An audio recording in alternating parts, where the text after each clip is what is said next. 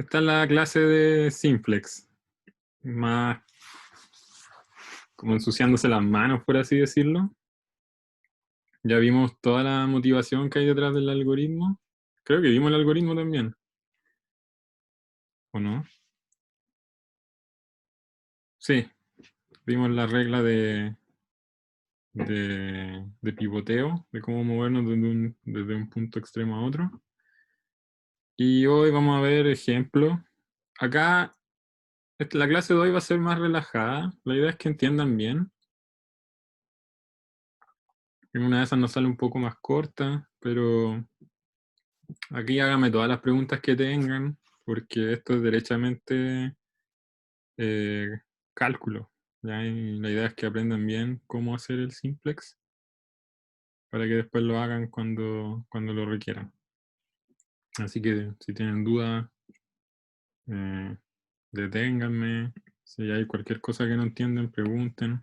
¿Ya? Entonces vamos. Consideremos este ejemplo primero de un problema en 2 dimensiones de minimización con 2 variables positivas. Esta, a ver, yo creo que varias veces se van a enfrentar con problemas similares. Podría ser, por ejemplo, un problema de demanda y oferta, donde las variables representan cantidades, por lo tanto son positivas, y tenemos restricciones de desigualdad. El hecho de que la función objetivo tenga coeficientes negativos nos dice en cierta forma que este problema proviene de un problema de maximización. Así que a eso me refiero cuando les digo que este problema podría ser de oferta-demanda, donde uno quiere maximizar algo, maximizar un beneficio sujeto a ciertas restricciones de desigualdad. Ahora, ¿cómo se lleva un problema de este estilo a la forma canónica? ¿Alguien se acuerda? ¿Qué hacemos con estas dos distribuciones? Variables de holgura. Exacto.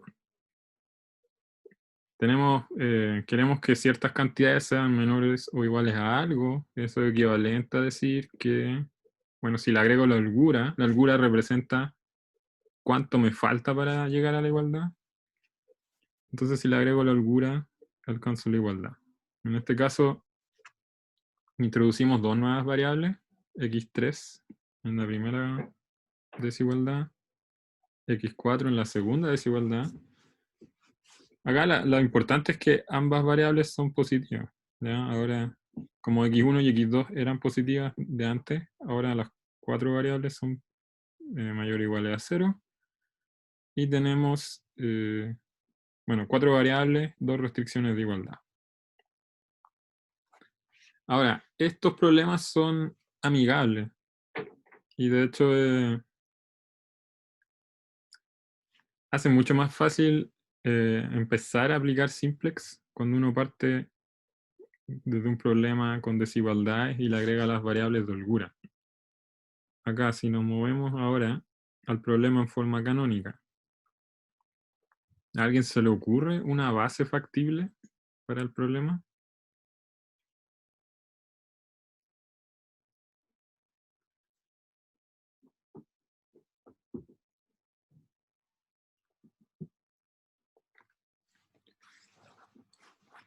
Yo le he dicho en las últimas clases que lo que hemos visto, lo que se llama la fase 2 del algoritmo simplex, asume que ustedes conocen una base factible.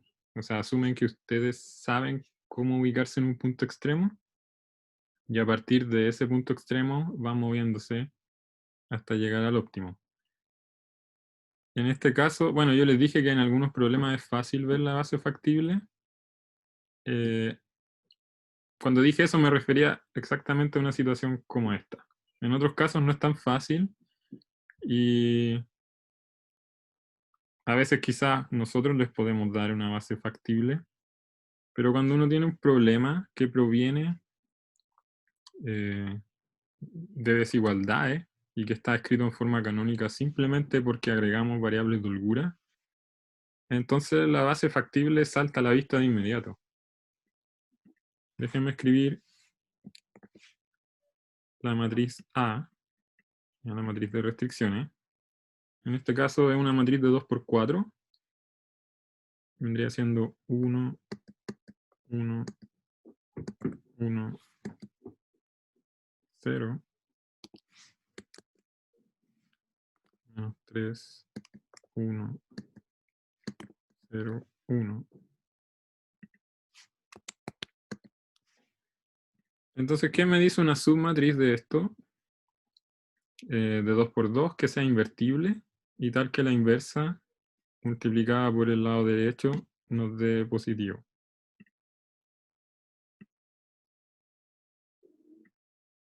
¿Alguien lo ve? Esta es la matriz A.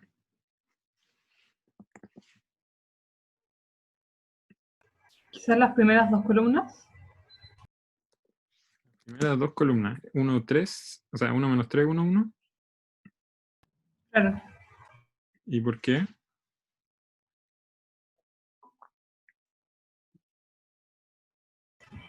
La verdad no lo sé. Porque es lo que más me llama la atención al verla. Bueno, la identidad que está al lado. Ya. A ver, esto es invertible, ¿cierto? Porque el determinante no es 0. Pero en verdad yo no veo a simple vista cuánto valdría la inversa de esta matriz por el lado derecho. ¿Ya? ¿Qué pasa ahora con la identidad, que fue la otra matriz que mencionaste? Es invertible. ¿Qué pasa si multiplico la inversa de la identidad por el lado derecho? Va a ser mayor a 0.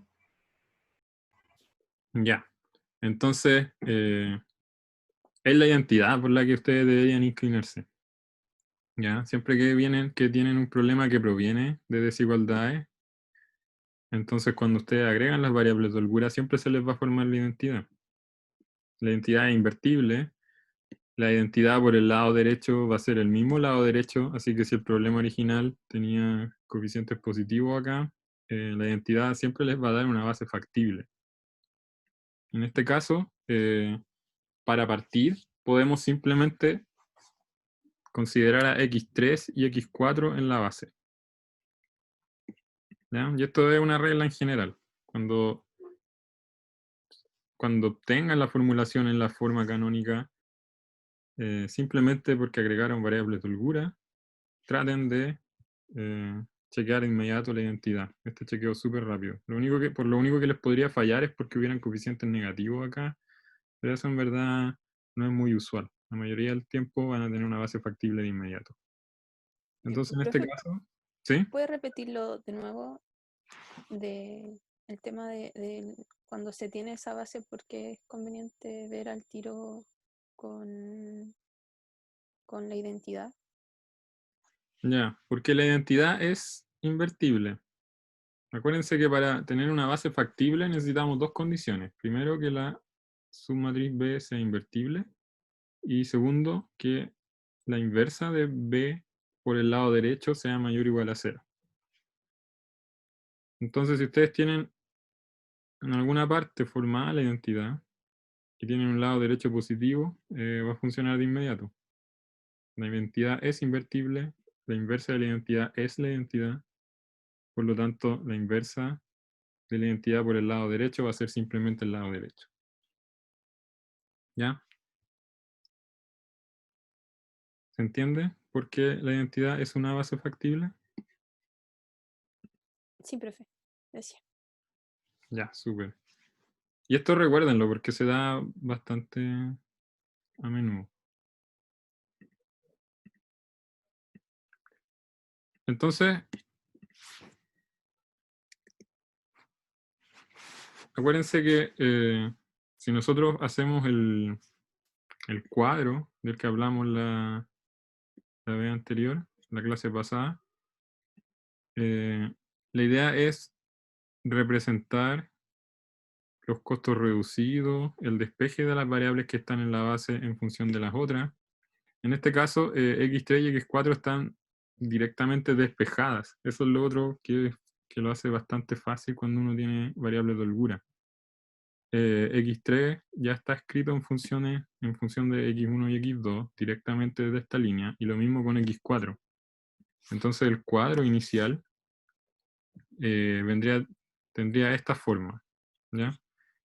La primera restricción con coeficientes 1, 1, 1, 0, justo la ecuación que tenemos acá. La segunda línea, menos 3, 1, 0, 1. Lado derecho, 3, 2.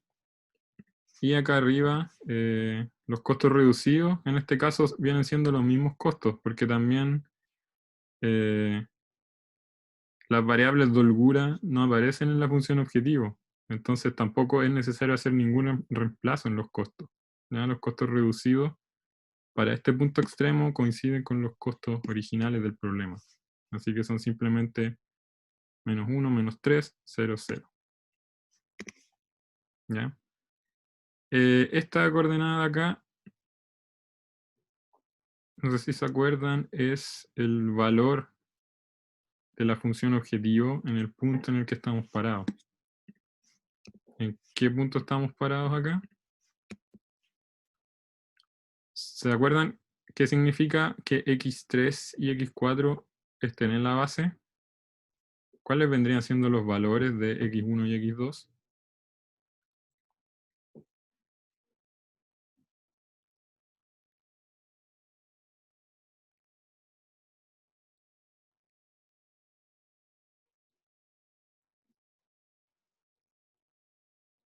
La idea es que cuando yo determino una base, todo lo que queda fuera de la base vale 0. Así que decir que la base va a ser X3, X4 es equivalente a decir que X1 y X2 valen 0. Por lo tanto, de esta ecuación, X3 tiene que valer 3. Y de la segunda ecuación, X4 tiene que valer 2. ¿Ya? Estamos parados en el punto 0, 0, 3, 2. Por lo tanto, el valor objetivo en el punto 0, 0, 3, 2 es 0. Y eso es lo que explica este valor de acá.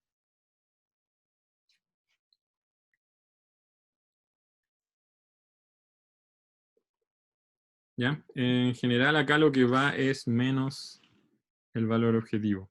Pero eso lo vamos a explicar después. Yo creo que ya se lo mostré en la clase pasada. En el cuadro, el valor que uno pone acá es menos el valor objetivo.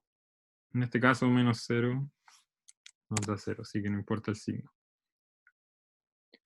¿Se acuerdan cómo determinar si estamos en el óptimo o no?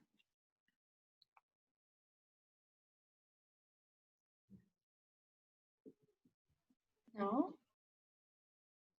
No. Eh, ¿Quién dijo no? Sí, hay que ver si hay coeficientes negativos. Ya, en este caso tenemos 2. Acá da lo mismo cuál escojan ustedes para que entre a la base. Generalmente, no estoy muy seguro por qué, pero uno tiende a elegir el más negativo para que entre. En este caso tenemos menos 1, menos 3. Entonces escogemos que la variable x2 entre a la base. Ahora esto no es una regla. En verdad la regla es simplemente escoger una variable con costo reducido negativo. ¿Ya? Pero bueno, escojamos x2. Ahora para ver la fila del pivote, tenemos que ver la regla que discutimos en la clase pasada. Los cocientes entre el lado derecho y esta columna. El primer cociente es 3 partido 1, nos da 3. El segundo 2 partido 1 nos da 2. Nos quedamos con el más chico. Así que escogemos esta fila. Y ahora, como ustedes pueden ver, bueno, es claro que el pivote va a ser el 1 que tenemos acá encerrado en un cuadrado.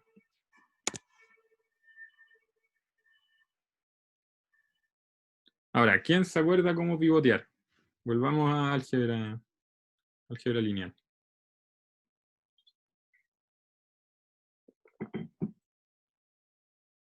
Lo que queremos hacer es que la variable x2 ingresa a la base. Así que acá queremos que toda esta columna se convierta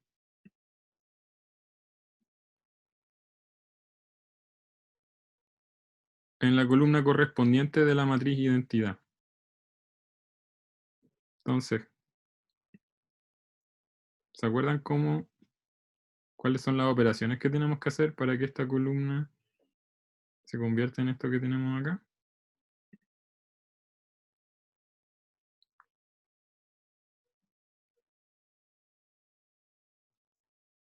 Hay que primero sumar 3. ¿Sumar qué cosa? Sumar 3 arriba y abajo. Porque ahí no estaría el 4 de ahí, creo.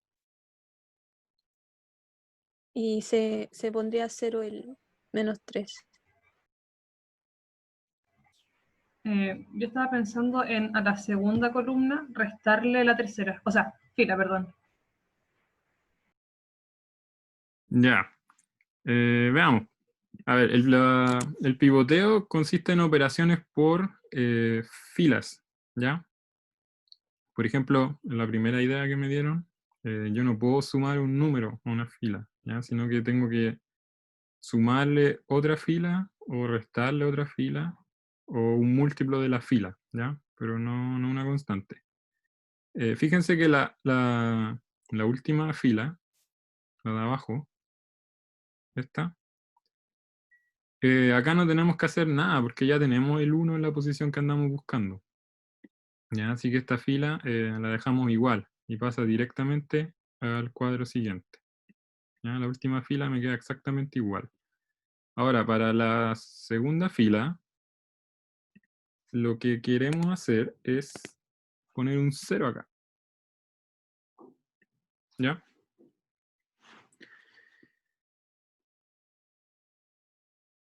¿Cuál había sido la idea que me habían dado? Restar. Restar la tercera fila a la segunda. Ya, exacto, eso funciona bien. Yo siempre tengo que, primero, multiplicar la fila que quiero operar por alguna constante. Y segundo, sumarle o restarle otra de las filas por otra constante. En este caso, si hago simplemente la segunda fila menos la tercera, me da el 0. Acá si se fijan, 1 menos 3 me da 4, 1 menos 1, 0, 1 menos 0, 1, 0 menos 1, menos 1, y por último 3 menos 2, 1. ¿Ya? Así que bueno, justamente esa fue la primera operación. Ahora por último, esta de acá.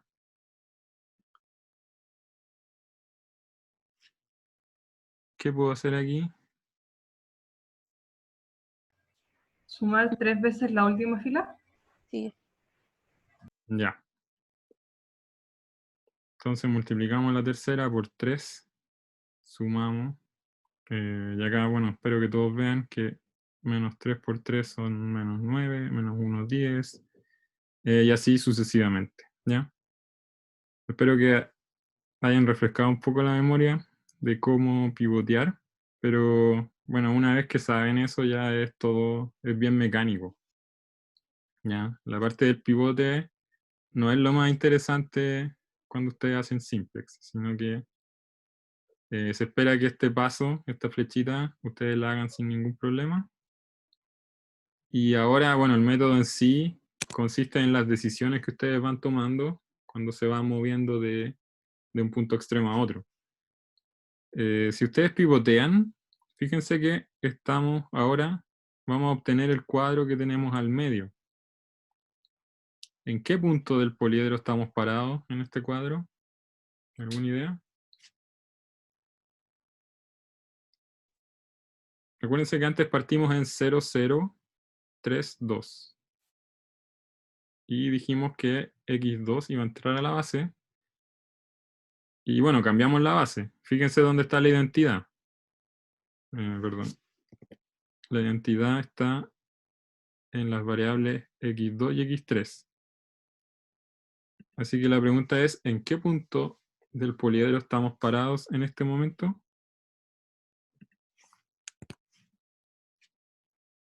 ¿Alguna idea?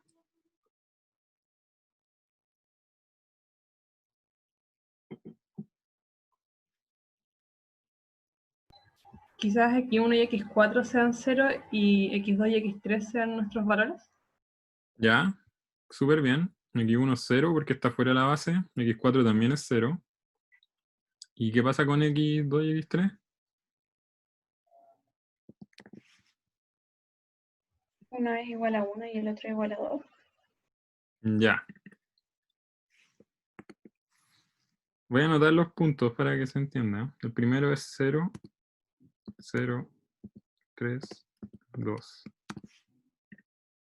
El punto extremo de acá es...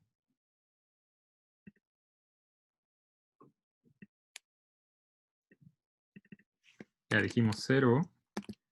Ya, ¿cuál es 2 y cuál es 1?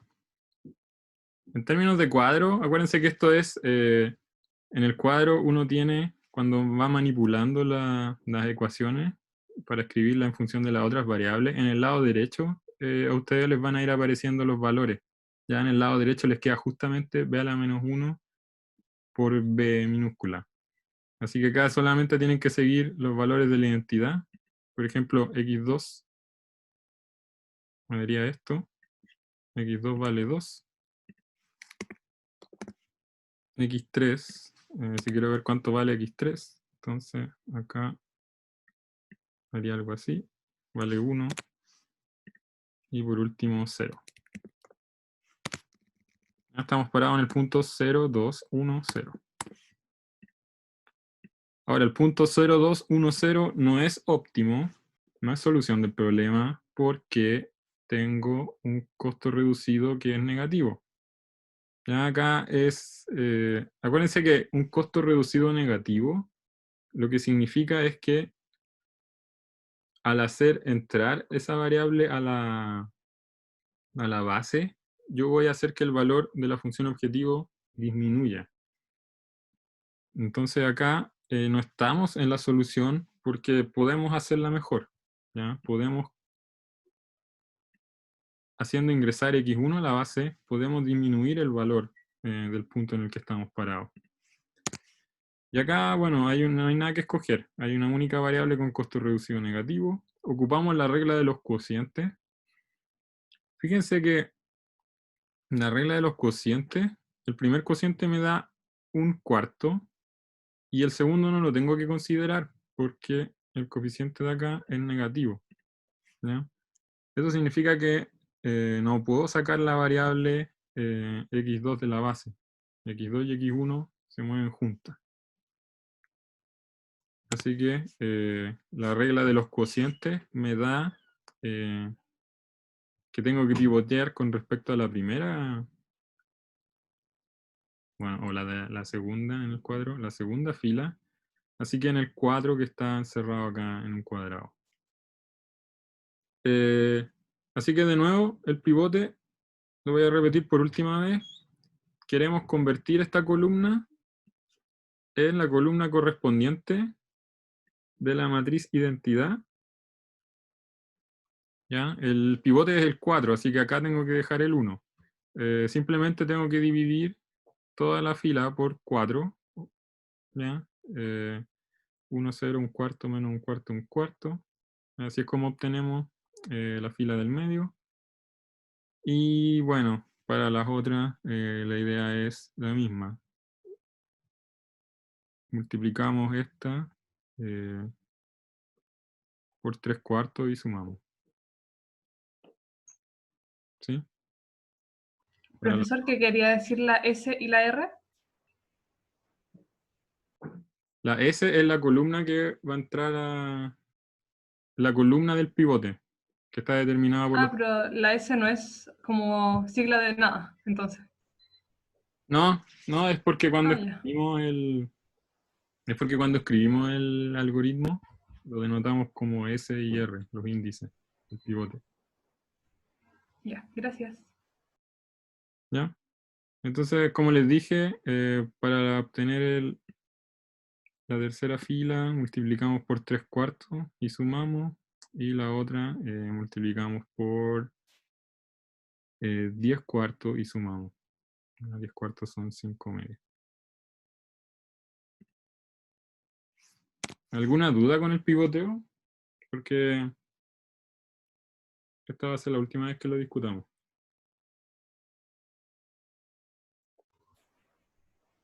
¿Profe, puede haber más de una solución óptima o no? Sí, ya vamos a llegar a eso más adelante.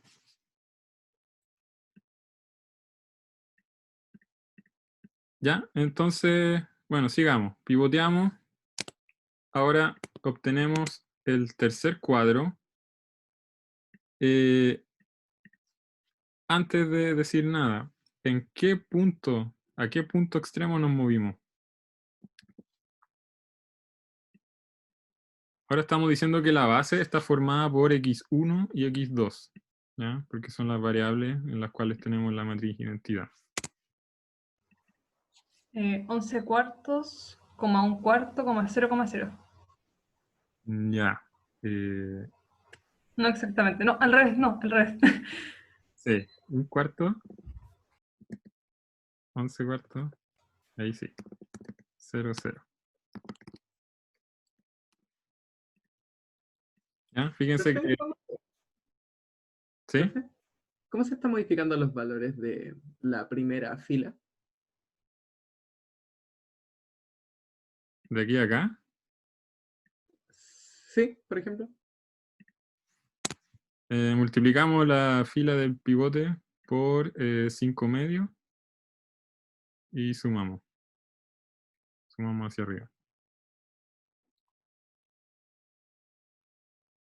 Y eso es con el objetivo de que el 10 no quede en cero, ¿no? Sí, que el 10 se convierta en 0. Ya, gracias. Ya, de nada. Entonces, bueno, llegamos a este punto extremo y es óptimo. ¿Por qué es óptimo? Porque si miramos la parte de los costos reducidos, todos los costos reducidos son mayores o iguales a 0. ¿Ya? Bueno, ya sabemos cómo identificar el punto en curso a partir del cuadro.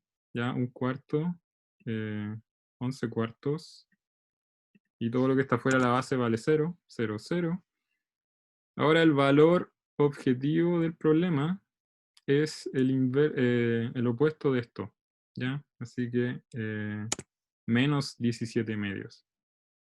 Entonces de este cuadro final identificamos la solución, un cuarto, 11 cuartos, 0, 0, y el valor óptimo es menos 17 medios. Ustedes pueden chequear siempre. A veces, bueno, nunca está de más. De repente quizá cometieron algún error. Ustedes siempre pueden volver atrás y evaluar simplemente la función objetivo en el punto que tienen. Ya, si ustedes evalúan en un cuarto, 11 cuartos, el problema original, les va a dar justamente lo que tienen ahí, menos 17 medios.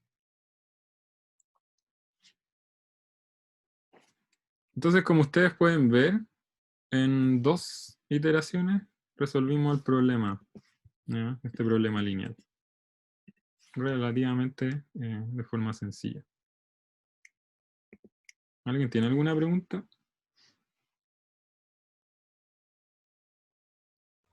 Yo no, profe. Ya, súper. Veamos un segundo ejemplo. Un problema con 7 variables. Así que acá, bueno, van a requerir un poco más de cálculo, pero la idea que hay detrás es exactamente la misma. La motivación de este problema, fíjense que también tienen variables de esta forma, ¿ya? Que son variables de holgura. Este es un problema que se conoce como factibilidad. Lo que uno quiere es simplemente chequear si existen puntos factibles, puntos en 4 dimensiones, que satisfacen restricciones de desigualdad. ¿Ya? Esto es lo que es. Esto está súper relacionado con la fase 1 del algoritmo de simplex, que es lo que no vamos a ver en este curso. ¿Ya? Yo les cuento nomás por si a alguien le interesa cómo se obtienen problemas de optimización que tengan esta forma. Para efectos prácticos, aquí lo único que nos interesa, o porque este es un ejemplo sencillo, es porque tenemos la misma estructura que antes, tenemos las variables x5, x6 y x7 asociadas directamente a una submatriz que es la identidad. Así que, al igual que antes, como el lado derecho es positivo, partimos de inmediato con esta base, ¿ya? La gracia es que no hay que despejar nada para partir con el cuadro. Bueno, acá tenemos la forma del cuadro. Acá abajo. El cuadro de iteraciones siempre va a tener esta estructura. Porque lo que uno hace en las restricciones del problema es escribir las variables que están dentro de la base en función de las otras variables. Entonces, eso es básicamente multiplicar todo por la inversa de la matriz B. Entonces uno pasa de Bn, B minúscula, a la identidad B a la menos 1n y B a la menos 1b. En este caso, como las variables ya están de antemano escritas en función de las demás, no tenemos que hacer nada. Acá no hay ningún despeje, así que esto simplemente corresponde a B y n. ¿Ya? Cuando el cuadro inicial, para empezar a pivotear, es simplemente copiar todos los coeficientes que tenemos acá arriba. 1, 1, menos 1, 0, 1, 0, 0, y así sucesivamente. Y lo mismo con el lado derecho. ¿Las partes de arriba qué son? Esto Sí. vendría siendo la parte superior del cuadro que tiene los costos reducidos, ¿ya? Acá sí, para empezar con Simplex, van a tener que calcular la parte de arriba. Porque, a diferencia del problema anterior, acá la función objetivo depende de las variables que estoy considerando en la base. Entonces lo que ustedes tienen que hacer acá es reemplazar este x5 ocupando la primera ecuación, donde dice x5 ustedes tienen que poner 1 menos x1 menos x2 más x3. Y lo mismo con con x6 y x7. ¿Ya? Ustedes quieren escribir la función objetivo en función solamente de las variables x1 hasta x4. Hacer todos esos reemplazos, también lo discutimos antes, es exactamente calcular esta expresión que está acá, que nosotros llamamos costo reducido. O sea, lo que va acá arriba son el costo C sub n menos C sub b por la inversa de b y por la matriz n. Ya, si quieren pueden hacer este producto matricial. Si quieren pueden reemplazar todo esto uno por uno y ver lo que les da. ¿Ya? Pero es exactamente lo mismo.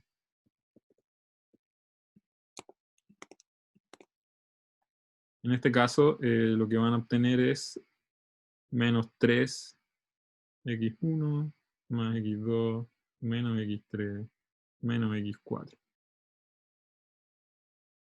¿Ya? Y el valor objetivo asociado vendría siendo 5, porque el punto en el que estamos parados es, como ya dijimos, todo lo que está fuera de la base toma el valor 0.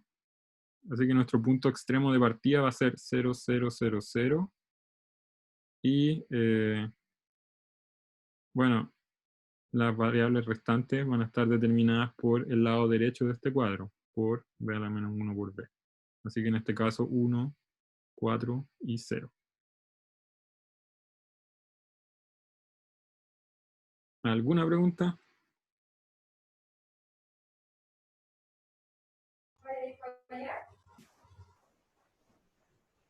No, profe. ¿No? Ya. A ver, dejemos esto como la partida del segundo ejemplo. Hagamos una pausa ahora. Porque creo que va a quedar mejor. Después quiero discutir un par de cosas que son nuevas. Así que cuando empecemos a iterar. Dejemos eso para la vuelta de la pausa. Entonces yo tengo las 4:54, volvamos a las 5:04, ¿ya? Habíamos quedado en cómo construir el cuadro, ¿ya? Esto en general, para comenzar con la iteración de simplex, la fase 2, tienen que partir de un cuadro que tenga esta estructura. ¿Ya? La parte de abajo dice simplemente que todas las variables que están en la base, ustedes ya las tienen despejadas en función de las variables no básicas, que acá arriba estaba dado desde un inicio, así que por esa razón no tuvimos que hacer nada. Y la parte de arriba es lo mismo, ustedes escriben la función objetivo solamente en términos de las variables que están fuera de la base. ¿Ya? Eso matricialmente equivale a calcular los costos reducidos que tienen esta forma. Y acá lo que les va a quedar, o lo que tienen que poner para que se vaya manteniendo con cada iteración, es el opuesto del valor de la solución en curso. Ya, en este caso, -5. Ya acá, fíjense que en el punto en el que estamos parados, la función objetivo vale 1 más 4 más 0, vale 5. Así que por eso el número que va ahí es -5. Entonces, en este caso, les dije que en este ejemplo iba a pasar algo interesante. Veamos los costos reducidos, que nos dicen que no estamos en la solución del problema, porque hay dos costos reducidos negativos. Escojamos para entrar a la base la variable x1, ¿ya? Porque valor costo reducido es más negativo que el otro. Entonces esta sería la columna del pivote. Para la fila hacemos la regla de los cocientes. 1 partido en 1 me da 1. 4 partido en 1 me da 4. 0 partido en 1 me da 0. Así que el cociente mínimo se obtiene en la última fila. Y por lo tanto vamos a pivotear con respecto al 1 que está acá encerrado en este cuadro. Ahora voy a mostrar directamente lo que da el pivoteo. Ya no voy a empezar a discutir cuál es la forma de movernos de este cuadro al otro, pero cuando pivoteen con respecto a esta coordenada, van a obtener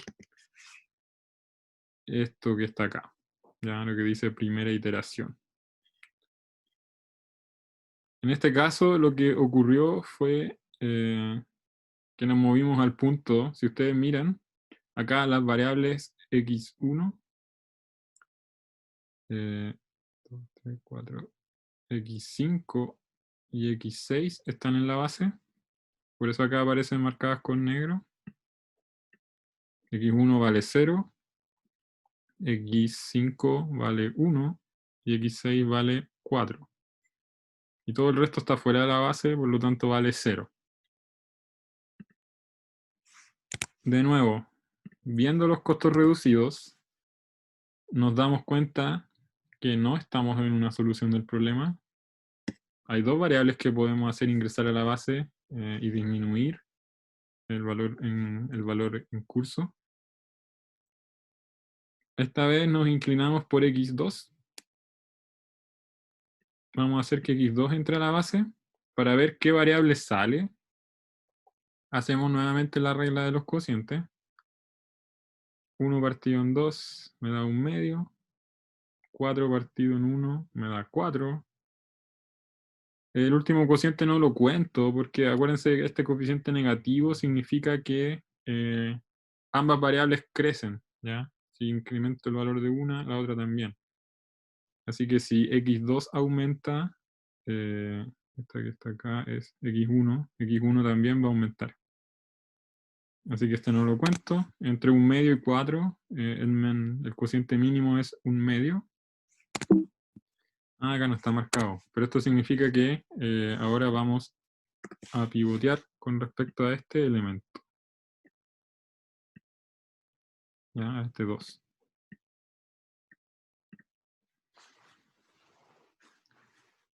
Como ustedes pueden ver, eso es justo lo que hacemos.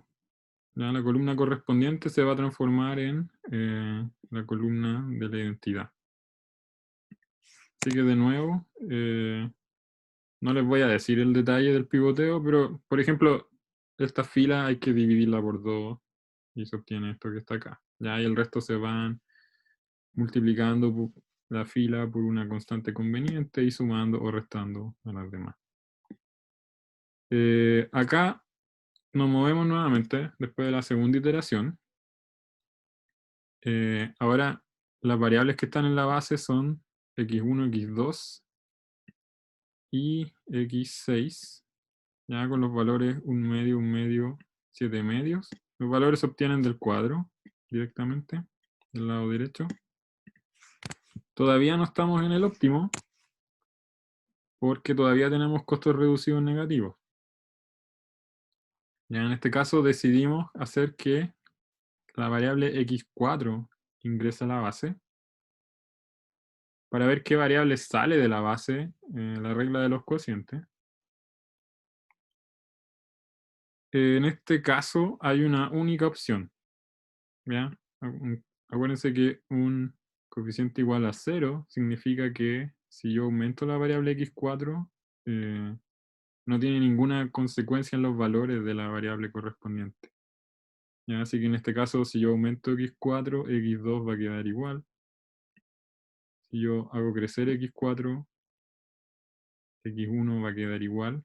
La única variable que puedo sacar de la base para que entre x4 vendría siendo esta que está acá, x6. Así que la regla de los cocientes me dice que la variable que tiene que salir de la base es x6 y tengo que pivotear con respecto a esta posición.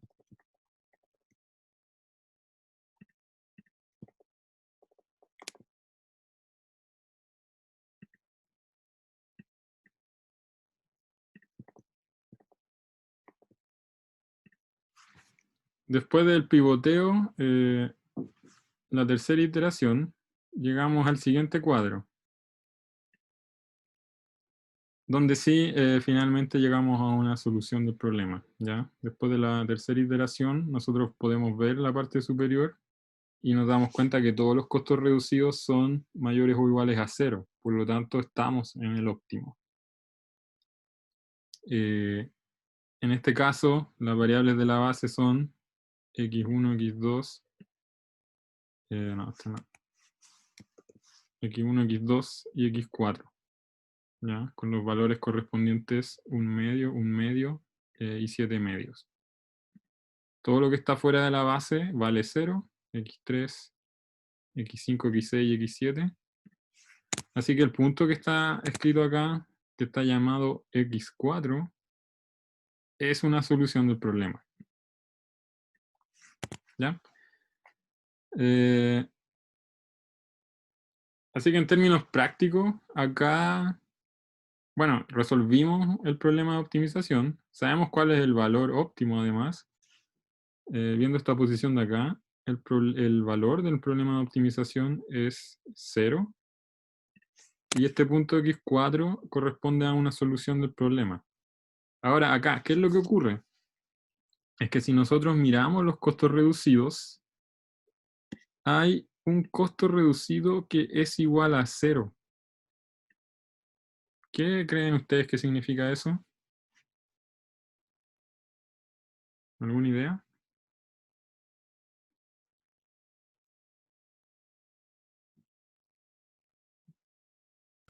Que no se consideró. ¿Que no se consideró qué cosa? Esa variable. Ya. No, todas las variables se han considerado en el algoritmo. La idea de costo reducido negativo, cuando estamos acá, quiere decir que si yo hago entrar esa variable a la base, mi costo va a reducir. ¿Ya? Y por eso yo ando buscando los costos reducidos negativos, para hacer que el valor de la función objetivo disminuya. Si se fijan, bueno, eso es lo que hemos ido haciendo siempre. El valor objetivo, por ejemplo, acá era 5.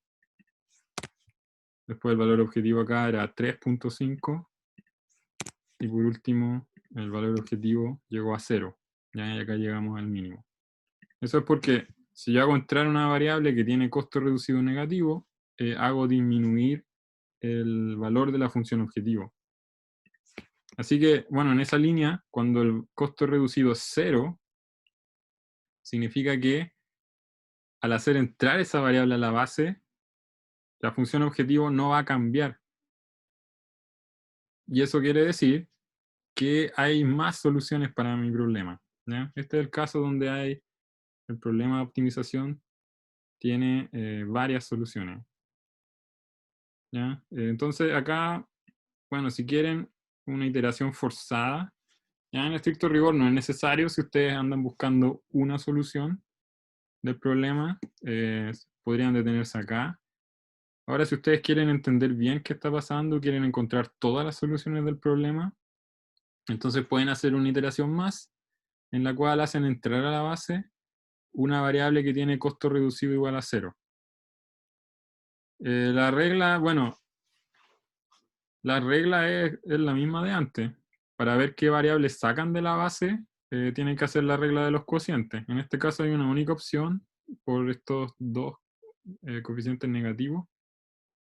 Así que, bueno, esto me dice que la variable que tiene que salir de la base, perdón, la variable que tiene que salir de la base es x4, ¿ya? Así que vamos a hacer esta iteración forzada, entre comillas, vamos a hacer que x3 entre a la base y que salga x4. Y como les dije, no va a cambiar el valor de la función objetivo. Ya en términos de cuadro no va a cambiar porque a esta fila no le voy a hacer nada, ¿ya? Ahora en términos bueno, matemáticos, o cuál es la razón por la cual no cambia al hacer entrar esta variable, es porque el costo reducido es 0. Entonces, si iteramos ahora con respecto a esta posición, nos vamos a mover al cuadro de abajo. Ahora, con las primeras 3 variables en la base, con los valores respectivos 4, 4 y 7. Ya, este es el punto que está asociado a este cuadro y a esta base. 447, 0, 0, 0, 0. Lógicamente, vamos a tener de nuevo un costo reducido igual a 0, ¿ya? Que sería devolvernos en lo que acabamos de hacer. Este costo reducido igual a 0 nos dice que si nosotros cambiamos la variable x3 por x4 dentro de la base, también vamos a tener un punto con el mismo valor objetivo, ¿ya? Así que acá es devolverse desde un paso al otro. Pero a fin de cuentas, una vez que uno encuentra dos soluciones del problema, ya tenemos que x4 y x estrella son ambas soluciones del problema, alcanzan el valor objetivo mínimo, que es 0. En verdad hay muchas más soluciones aparte de estos dos puntos extremos, ¿ya? Cualquier combinación convexa de puntos óptimos es también solución del problema de optimización. Y eso es simplemente porque el problema que tenemos es lineal. Esto, bueno, si quieren, tómenlo como una proposición. Si ustedes tienen, bueno, toman cualquier combinación convexa de puntos óptimos, esa combinación convexa también va a ser un punto óptimo. Esto que está acá. Si x1 hasta xk son soluciones del problema P de optimización lineal, entonces cualquier combinación convexa de ellas es una solución del mismo problema P. Acá no se confundan con coordenadas, estos son superíndices. Me estoy refiriendo a puntos distintos del problema, ¿ya? Estos son puntos en n dimensiones. Entonces, lo que estamos diciendo es que si x1 hasta xk son solución, si yo tomo cualquier combinación convexa de esas soluciones, como está escrito acá, donde estos coeficientes mu sub 1 hasta mu sub k son mayores o iguales a 0, y la suma de todos ellos es igual a 1. Entonces este nuevo punto, que estoy llamando X, también va a ser una solución del problema. ¿Ya?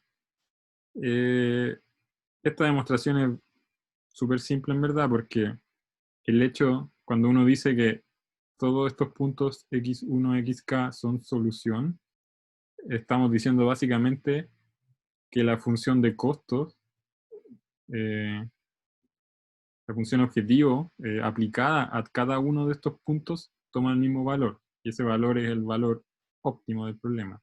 ¿Ya? O sea, en otras palabras, C traspuesto por x1 es igual al valor óptimo del problema, al igual que C traspuesto por x2 y así hasta C traspuesto por xk. ¿Ya? Todos estos puntos alcanzan el valor óptimo. Así que cuando yo hago C traspuesto por x, ahora acá arriba, cuando quiero calcular cuál es el valor de la función objetivo en este punto x, voy a obtener una combinación convexa de una constante.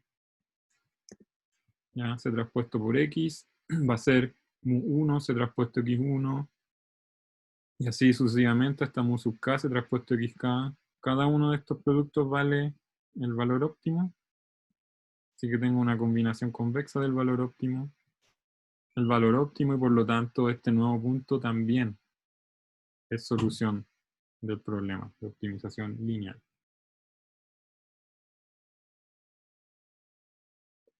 Acá una nota para aquellos a los que les interese más, en términos generales. Cuando uno está minimizando una función convexa, si uno encuentra un conjunto de mínimos de la función convexa, entonces la envoltura convexa de ese conjunto de soluciones también van a ser soluciones del problema. ¿Ya? O sea, esto se puede, la demostración que acabamos de hacer, se puede generalizar al caso donde la función objetivo no es lineal, sino que convexa. Pero en este caso, la demostración es mucho más fácil cuando todo es lineal. ¿Ya? ¿Alguna duda? Volviendo acá, ¿alguna duda con el tema de costo reducido igual a 0? No, profe. Ya, súper. Entonces, costo reducido igual a 0 implica que hay hartas soluciones. No solamente las dos soluciones que obtengan del cuadro, sino que además todas las combinaciones convexas de estos puntos. ¿Ya?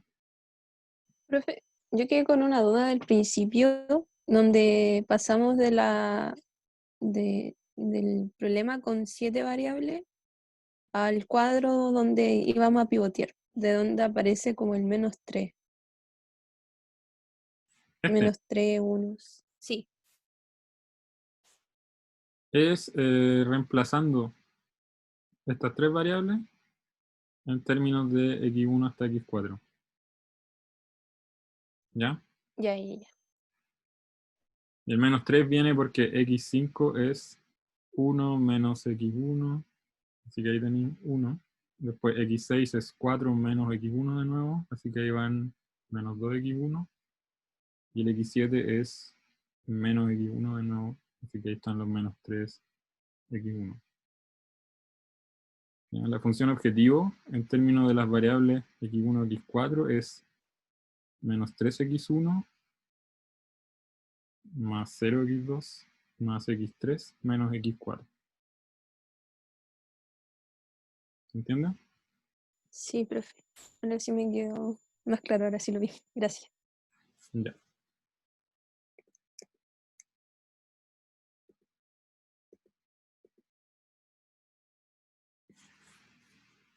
Ya, entonces, en resumen, el algoritmo simplex, en cualquier etapa, ustedes van a tener un cuadro de esta forma.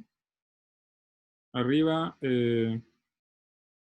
para los elementos que están dentro de la base, van a tener la parte superior con valores iguales a 0. Para los elementos que están fuera de la base, van a tener los costos reducidos. Y en la esquina superior derecha del cuadro va a estar menos z que está escrito acá, menos el valor objetivo del punto en el que están parados. En la parte inferior van a tener las restricciones por bloque, las variables que están en la base despejadas en función de las otras, simplemente esta forma que se muestra, identidad, v a la menos 1n y v a la menos 1b. Entonces, pivoteando este cuadro, de la forma en la que ustedes ya saben, desde el curso de álgebra lineal, ustedes pueden ir moviéndose por los distintos puntos extremos del poliedro y eventualmente llegar a la solución o a las soluciones del problema. ¿Ya? Entonces, bueno, en esta diapositiva está prácticamente todo lo que necesitan saber de cómo hacer simplex. ¿Ya? Creo que ahora tenemos el algoritmo en sí y la regla de pivoteo. Esta es como la escritura formal de todo lo que hemos ido discutiendo entre la clase del lunes y la clase de hoy. Entonces, algoritmo simplex, fase 2. Consideremos el cuadro factible del párrafo anterior. Ya, este que está acá. Supongamos que una vez que uno hace la manipulación, que uno calcula todas estas cosas, digamos que la parte superior del cuadro, los elementos que están ahí, los vamos a llamar C barra. El lado derecho los vamos a llamar B barra. Y los coeficientes de las ecuaciones los vamos a llamar A sub IJ barra. ¿Ya? Acuérdense que no son los coeficientes originales del problema, sino que es la versión reducida de todo, de los costos del lado derecho y de los coeficientes del problema. Entonces, suponemos que el lado derecho es mayor o igual a 0, para que estemos efectivamente en un punto del poliedro, que la matriz A contiene una identidad. ¿Ya? Eso quiere decir que ya despejaron las variables en función de las otras. Y que los costos reducidos de las variables básicas son nulos. Ya de nuevo, que ahora esto quiere decir que despejaron la función objetivo y la escribieron solamente en función de las variables que están fuera de la base. Ya, o sea que esta parte es igual a 0. Entonces, si todos los costos reducidos son mayor o igual a 0, la solución en curso es óptima. Las variables básicas son iguales al lado derecho y las no básicas son nulas. Si algún costo reducido es menor estricto que 0, para algún j lo elegimos para entrar a la base. Y usaremos el criterio descrito anteriormente de elegir la variable cuyo costo reducido es menor. ¿Ya? Bueno, les repito, esto no es regla. ¿Ya? Es simplemente para ponernos de acuerdo en hacer algo. Si por alguna razón ustedes no siguen esta parte, deberían llegar al óptimo de igual manera. ¿Ya? Entonces, acá está la anotación que alguien me preguntó delante. Supongamos que dicha variable es la S. Estamos cogiendo la columna S. Entonces, ahora miramos esa columna. Ya, fíjense. Está fija ahí. Si A sub IS es menor o igual a 0 para todo I, o sea, toda la columna que está debajo del costo reducido negativo es menor o igual a 0. El problema es no acotado. Esto lo discutimos en la clase pasada. Después, si hay un elemento en la columna cuyo valor es mayor estricto que 0, entonces es posible hacer que alguien ingrese a la base. Ahora, la fila R se determina de forma tal que el cociente entre el lado derecho y esa columna es el mínimo. Y en este mínimo se consideran solamente los elementos que son estrictamente positivos. Y se pivotea finalmente en A barra sub RS. ¿Ya? Estas son las reglas de pivoteo no las voy a leer, pero esto es lo que ustedes aprendieron a hacer en primer año. Si alguien no se acuerda, acá puede tomar esto como regla. En verdad es mucho más fácil tomar cualquier ejemplo de estos mismos que hicimos en esta clase. Tomar cualquier tabla, pivotear y chequear que les dé lo mismo, ¿ya? A todo esto hay, no sé si han visto también el apunte de problemas que subió el curso. Ahí también tienen muchos ejemplos de simplex y hartos problemas con modelamiento y después con pivoteo para obtener la solución. Pero bueno, les repito que estos cálculos son el pivoteo de Gauss que ustedes vieron en primer año, ya en álgebra lineal. Así que acá en esta parte no hay nada nuevo.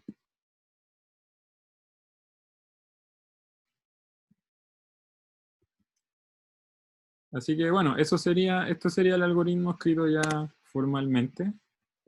Espero que luego de todas las discusiones que hemos tenido en la clase del lunes y la de hoy, les quede claro. Y si hay cualquier duda, pregúntenme ahora.